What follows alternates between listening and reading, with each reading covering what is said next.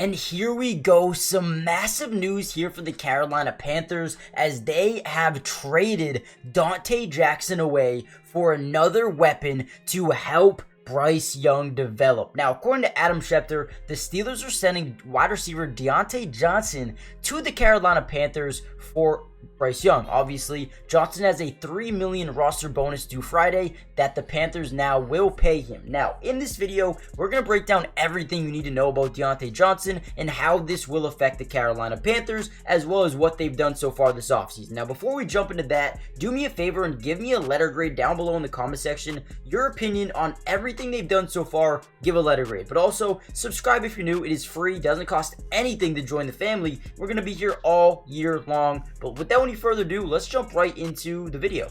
Now, Diontae Johnson, the first thing you notice when you watch his film is he is an insane route runner. The man really knows how to create separation, get open in the intermediate routes, but also the short routes as well. You can always trust him to get open, right? He was kind of like a safety net at times for Kenny Pickett as well. The man was just always getting open, and you'll notice his targets are insane. Back in 2021, the man had 169 targets. Insane, right? And that was his season where he put up over 1,100 yards and 8 touchdowns. Now, going back to 2023, this past season, only had 51 catches for 717 yards and 5 touchdowns. However, was a career high in yards per reception at 14.1. Now, the big thing about this trade here is, they bring a wide receiver in. You already got Adam Thielen. You have Terrace Marshall, who's a guy who has requested a trade, I believe, in the past, and Jonathan Mingo, the second-round pick of last season, right? But with that being said, Diontae Johnson is probably right away the best route runner on the team at creating separation, getting open for your quarterback. Diontae Johnson is that guy. Another thing the Panthers are really trying to do this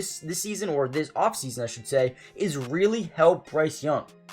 Now, what I mean by that is they go out and pay Robert Hunt, one of the best available offensive linemen, 5 years, $100 million.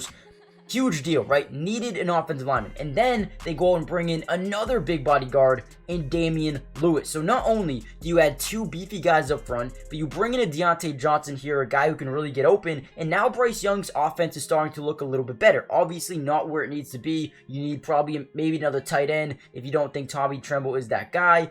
Maybe another running back if you don't believe in Chuba Hubbard or Miles Sanders. However, I do think Hubbard will be good. But listen, we're starting to finally see the blueprint come together. They get rid of a DB who they really didn't trust anymore. They didn't, well, not trust, but didn't need, right? You like J.C. Horn.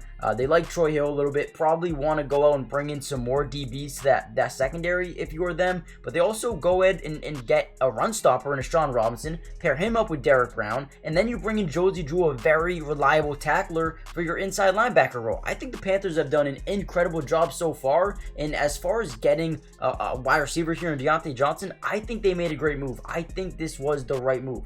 Last season, the Panthers ranked number 32 in yards per pass, which is terrible. Diontae Johnson just averaged 14 yards per catch, right? So boom, that's going to go up.